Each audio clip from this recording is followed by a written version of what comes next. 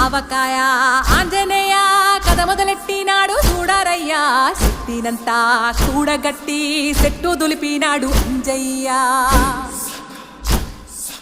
ఎర్ర ఛాయ కోతి అవతార వెంటమాయ కత్తి సేత పట్టకుండా కాయ కోసినాడు కపిలయ్య